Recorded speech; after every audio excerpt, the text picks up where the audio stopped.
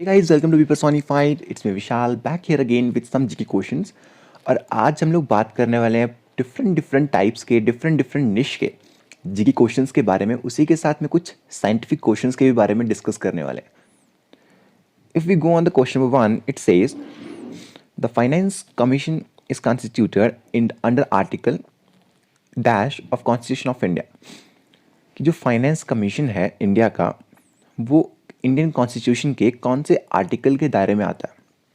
The options are 270, 280, 226 and 245. So the finance commission is constituted under the article 280 of the constitution of India.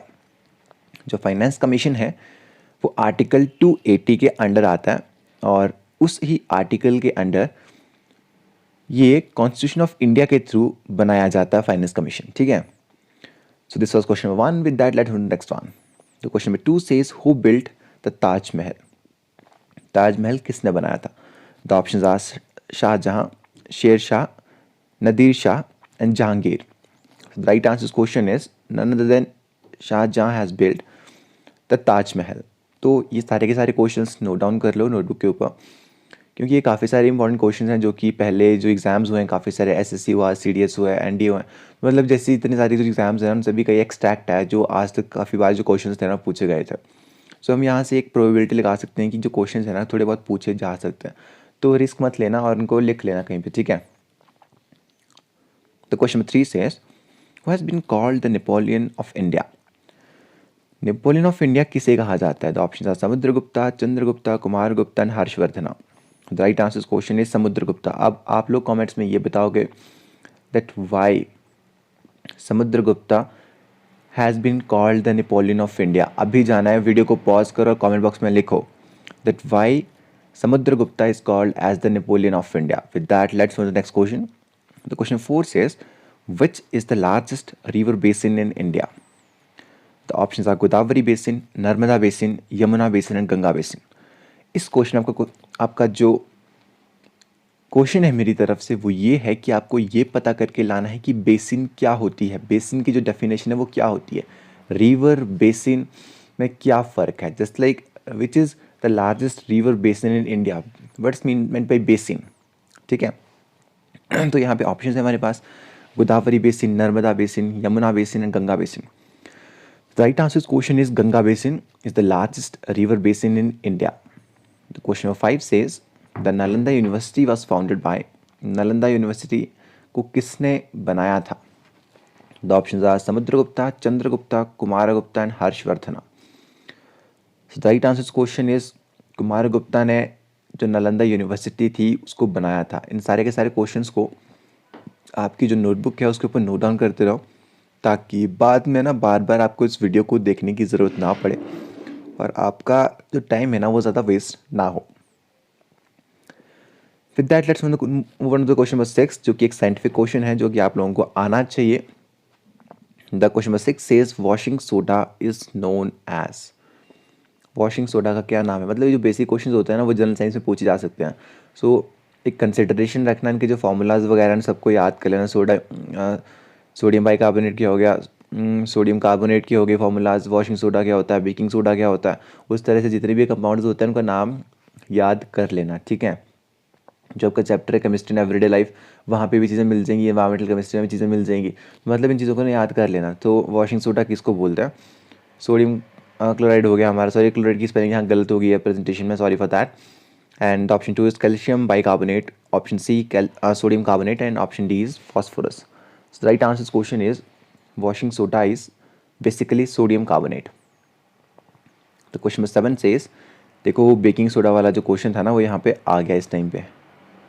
Baking soda is also known as, the option are sodium bicarbonate, calcium bicarbonate, carbon monoxide and bromide. So the right answer question is baking soda किसको बोलते हैं? Sodium bicarbonate को। और उसी के साथ में washing soda किसको बोलते थे? सोडियम क्लोराइड को। ठीक है। क्वेश्चन नंबर 8 सेज, तो question number 9 says what is the ratio of RBC to WBC? RBC होते हैं red blood cells, WBC stands for white blood cells. तो इनकी जो रेशियो होती है बॉडी में वो क्या रहती है? जैसे लाइक आपने देखा होगा कि जो आरबीसी का जो अमाउंट होता है ना वो ज़्यादा होता है as compare to the WBC. WBC are also called as the soldier of the body and RBCs are also present in the blood which carries oxygen, ठीक है। RBCs के ऊपर, RBCs के अंदर क्या होता है, हीमोग्लोबिन होता है, हीमोग्लोबिन के 4 मॉलिक्यूल्स होते हैं, चारों मॉलिक्यूल्स के ऊपर ऑक्सीजन जो होती है ना वो बाइंड करके जाती है। सो जो RBC की जो रेशियो होती है ना वो ज़्यादा होना बॉडी में बहुत ज़्यादा ज़रूरी होती है as compare to the white blood sales.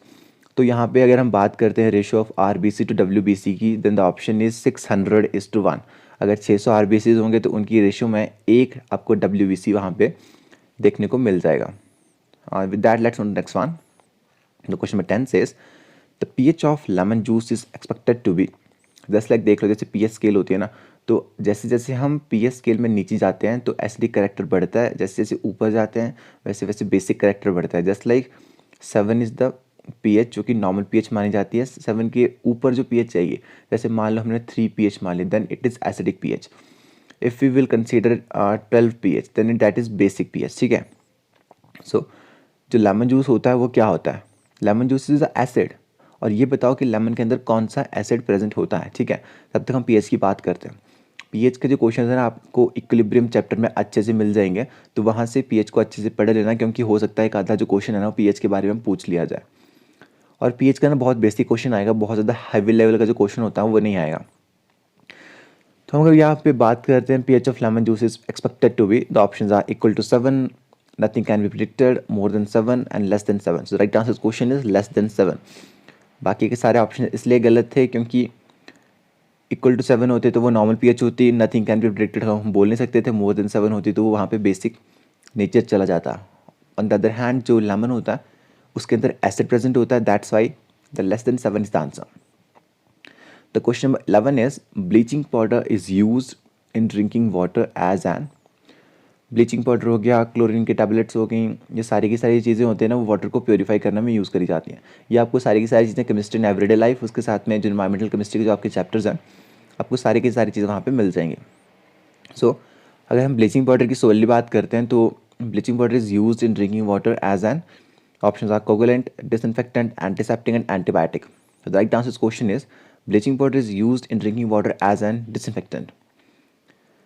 The question number 12 says which city is the Silicon Valley of India? The options are Mumbai, Delhi, Hyderabad and Bengaluru. So the right answer question is Bengaluru is the Silicon Valley of India. And ऐसी कौन सी country है जिसको silicon valley बोला जाता है? Just like which place is called the Silicon Valley across the world? और बेंगलुरु को ही silicon valley क्यों बोला जाता है? Write down in the comment box, ठीक है। उसी के साथ में question number 13 says in which year Delhi became the capital of India? अब ये बताना है कि इंडिया की कैपिटल दिल्ली जब बनी थी उससे पहले जो इंडिया की कैपिटल थी वो क्या हुआ करती थी, क्या कोई कैपिटल होती भी थी या नहीं थी, खुद से रिसर्च करके नीचे लिखना है। Just like I want you guys to research on this topic and आप उसके बाद जो आंसर्स हैं उसको नीचे लिखोगे, उससे क्या होएगा कि आपकी जो रिटेनिंग कैपेसिटी है, जस्ट लाइक आप खुद से जब रिसर्च करोगे तो आप उसके बारे में ज़्यादा जानोगे। जस्ट लाइक अभी तो आप सिर्फ क्वेश्चंस देख रहे हो, उसको नोट डाउन कर रहे हो, लेकिन जब आप इन क्वेश्चंस पे रिसर्च करोगे देन आपको ये चीज़ें हमेशा से याद रहेंगी।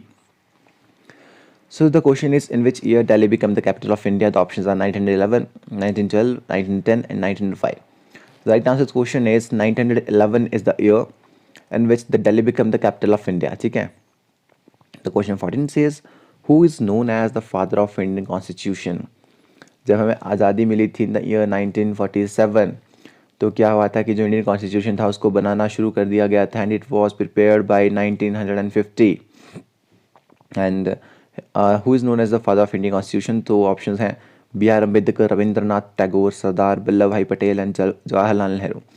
So the father of Indian constitution and the person who have framed Indian constitution is B.R. Ambedkar. और आपसे ये पूछा जा सकता है कि वो बन के कब तैयार हुआ था? So it was formed in the year 1950। Question 15 says who has written the book India of My Dreams? The options are Jawaharlal Nehru, Lala Hardayal, Mahatma Gandhi and Bhagat Singh.